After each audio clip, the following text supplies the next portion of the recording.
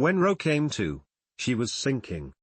The water around her was cold, thick, almost syrupy, dragging her down into darkness. Her lungs burned as she kicked, arms thrashing against the weight of her flight suit. The emergency lights in her visor flickered. Her suit was compromised, leaking oxygen. Panic surged. She reached for the release clasps, tearing off the heavy harness as she fought her way upward. The wreckage of the Solstice was a dim blur above, its broken remains sinking in slow spirals. Air? She needed air. Her hands broke the surface first, then her head, and she gasped, gulping in thick, humid air. The sky above was a deep violet, streaked with unfamiliar stars. Something bright burned on the horizon, the remains of the ship. Another escape pod? Rare? Lorne? She called, her voice ragged. No response. The ocean stretched endlessly around her, but there, maybe a kilometer away, was land. A jagged silhouette of rock and dense, alien vegetation. She forced herself to move, limbs aching as she swam through the strange, dense water. Something brushed against her leg. She froze. Was it debris? Or something else? Ro didn't wait to find out. She pushed forward, each stroke bringing her closer to the island. The waves grew rougher near the shore, crashing against jagged black rock.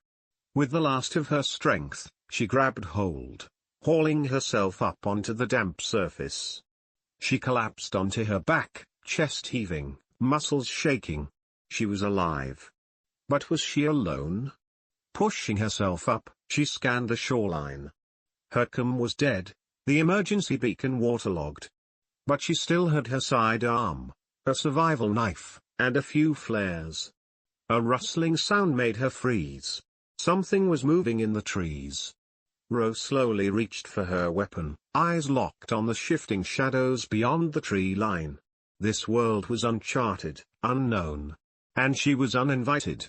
The wind carried a low, resonant sound, like a voice, but warped, inhuman. She wasn't alone. And she wasn't sure if that was a good thing. Ro stayed perfectly still, her breath shallow, her pulse pounding in her ears. The sound, the low, warped resonance, echoed again from the dense foliage beyond the shoreline. Something was in there, watching. Slowly, she rose to her feet, every muscle taut. The weight of her sidearm was reassuring at her hip, but she knew better than to fire blindly. If this planet harbored intelligent life, the last thing she wanted was to start a war. But if it wasn't intelligent? If it was just hungry? The undergrowth rustled again. A shadow shifted between the twisted, towering trees, taller than she was, moving with an unsettling fluidity. Ro's grip on her weapon tightened. Then, something else caught her eye. A flicker of orange light in the distance, near the far end of the shoreline. A fire. Her heart leapt. That had to be one of the others. Keeping her steps slow and deliberate, she backed away from the trees. Whatever was in there didn't follow. Not yet. Once she was sure she wasn't being pursued, Ro turned and ran. The sand was coarse beneath her boots, damp and clinging. The closer she got to the fire, the more she could make out, a small blaze, hastily built, and a lone figure crouched beside it, trying to coax it to life against the damp air. "Ray?" Ro called. The figure jolted, whipping around. It wasn't Ray, it was Lorne. His dark hair was plastered to his forehead, his face smeared with grime and seawater. Relief washed over him when he saw her. "Ro. Holy shit, I thought I was the only one." She dropped to her knees beside him, the warmth of the fire a welcome contrast to the ocean's chill.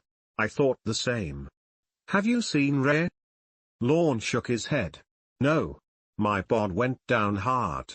I barely got out before it sank. I washed up here a few hours ago. This place is..." He trailed off, glancing toward the jungle. "It's not empty." Ro nodded grimly. "I heard it too." Lorne exhaled, running a hand through his hair. Then we need to find Ray and get the hell out of here. We don't even know where out is yet, Ro said. But first, we need a plan. We've got no ship, no comms, and no idea what's on this planet besides us. Lorne grabbed a makeshift spear from the ground beside him, just a jagged piece of metal tied to a salvaged length of tubing. We won't last long without weapons. Ro glanced at the jungle, then back at him. Then let's get some. The jungle was thick with moisture, the air heavy and cloying. The deeper they moved, the more alien it felt. Trees twisted unnaturally, their bark smooth and glistening like polished stone. Strange, luminescent fungi clung to the trunks, casting an eerie bioluminescent glow in blues and purples. Every step was slow, calculated. The foliage was alive with subtle sounds, clicks, chis, distant guttural noises. The deeper they went, the stronger the sensation that they were being watched. Then, Ro caught movement up ahead. A clearing. And in the middle of it, Ray. Her voice came out hoarse, barely a whisper, but it was enough. Ro was slumped against the base of a massive tree, her flight suit torn, a deep gash on her forehead. She looked up at them with bleary, unfocused eyes. Ro? They rushed to her side. Lorne knelt to check her injuries while Ro scanned the surrounding jungle. The feeling of being watched hadn't gone away. We need to move, she said. Now. Lorne helped her to her feet. She winced but managed to stand. I saw something, she murmured. After I crashed. It wasn't human. We know, Ro said grimly. Come on. They turned to leave, but the jungle wasn't silent anymore.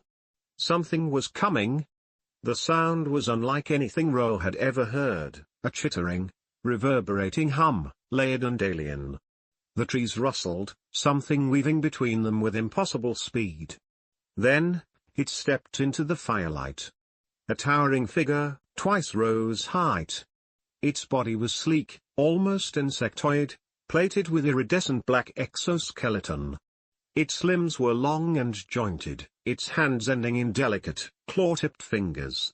Bioluminescent patterns pulsed along its torso, shifting in waves of blue and green. It wasn't a mindless predator. It was intelligent. Ro raised her weapon, but the creature didn't move to attack. It simply tilted its head, studying them. Then it raised an arm, and the light along its skin flickered, forming shapes, symbols, a language. It was trying to communicate. Ray, still dazed, whispered, "What? What do we do?" Ro hesitated. Then, cautiously, she lowered her weapon. Lorne tensed beside her. "Are you sure about this?" "No," Ro admitted. "But we didn't come all this way just to die with our backs against a wall." She took a slow step forward, lifting a hand in what she hoped was a universal sign of peace. The creature regarded her for a moment longer. Then, with deliberate slowness, it reached out and touched its chest, before pointing toward the jungle, toward the deep unknown. An invitation. Ro exchanged a glance with Lorne and Ray. They had a choice. Stay in the open, vulnerable, or follow the creature into the depths of the planet's mysteries. Ro took a breath, then nodded. "Let's find out where this goes." And with that, they followed it into the dark.